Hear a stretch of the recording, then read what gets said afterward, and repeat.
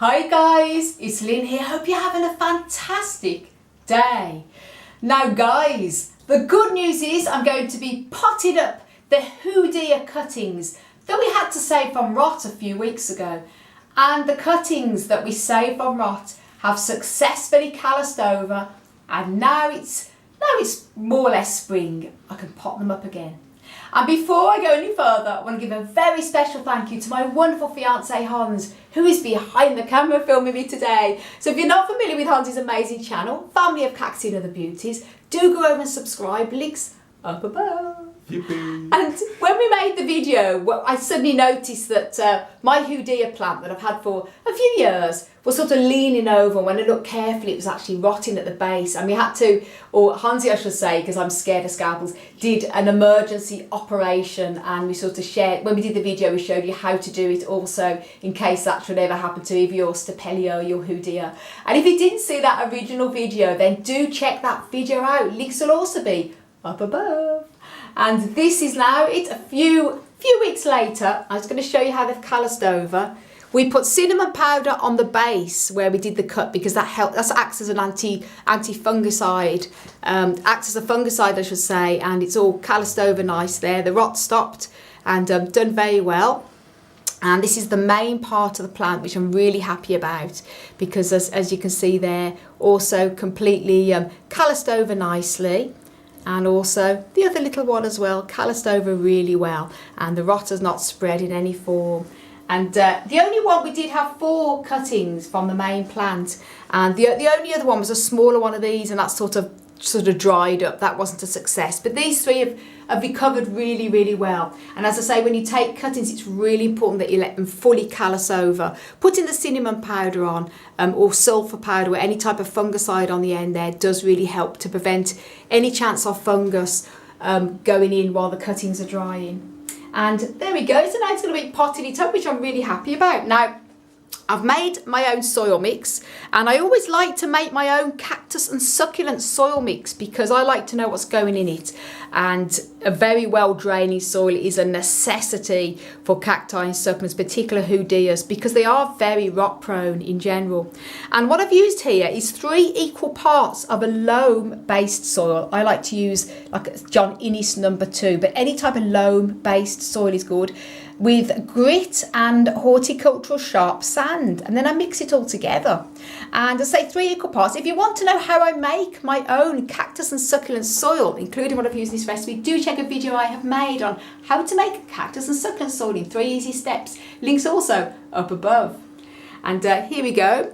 Got that. And I didn't want to use too big of a pot because although this plant, especially this one, is quite tall, if I was to put that in a big pot and there's a lot of soil around, that could also encourage rot. So I'm going to be using a pot that's just sort of the right size and then treating these purely as a cutting. Once I've potted them up, I'm just going to be spraying them around the base just to encourage it to root. I'm not going to go watering straight away because it hasn't got roots, so it's not going to be able to take water obviously straight up. Biggest mistake people do with cuttings is once they've dried, they put them into the soil and then water them like normal plants, and then they rot again. You're back to square one.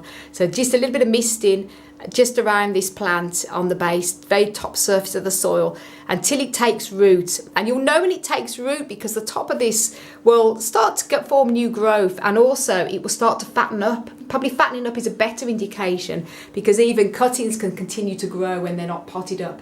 So it will continue to sort of fatten up, and then it's a good sign it's rooted. So here we go then, guys. And what I'm going to be doing here is gently resting. Put the big main one in the middle first, like so. Bit of a hole there, and what I'll probably do is a bit of soil around on there also. Hans is a star, he's holding it for me there. It's great.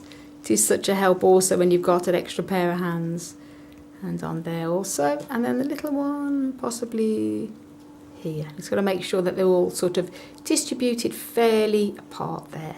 Now that's them in there, and what I'm going to be doing is putting more soil just on the top. And as I said, there's a lot of soil at the bottom of this pot obviously, so that's another thing. If I was just to water as normal, it would stay wet, so I have to really make sure that these are cuttings, and this is with all cuttings of succulents and cacti, is that you just really very lightly, even once they've taken root, very lightly water because they won't have deep roots that the normal healthy plant that's well rooted as normal would have.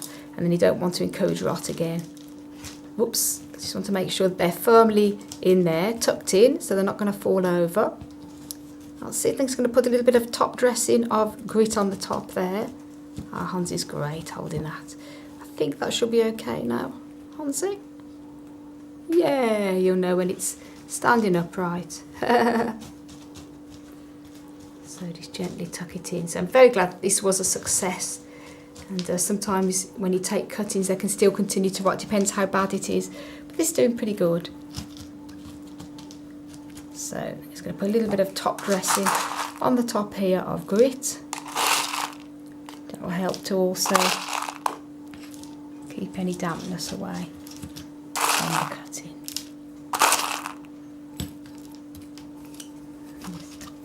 Pinches it off sort of nicely too. So there we go. I'm going to be putting these now because they are cuttings. I'm going to be putting them under the grow lights in the grow room. I'm not going to be just putting it in the normal place. So it's going to get extra light, extra heat as well. And as I say, the worst thing you can do now is to just water this like a normal plant because it will rot. It has to form roots first. So I'm just going to be spraying it with the mist spray, lightly just to dampen the top of the grit and spraying the plant, and that will encourage it to form roots over the next few weeks and months. And then stay tuned for an update on this Hoodia in the future when it starts to fatten up again and I know it's took root. So there we go, guys, and I hope you enjoyed the video. And if you haven't done already, please do subscribe and don't forget to click that notification bell. And thanks again, Hansie, so much for filming. So guys, I want to send you loads of... Oh, if you want to know a little bit more also on how to grow cacti and succulents, please do check out my website, desertplantsofavalon.com. And I want to send you loads of love, heaps of happiness, and tons of plant power from across the Emerald Isle. And until my next video, bye.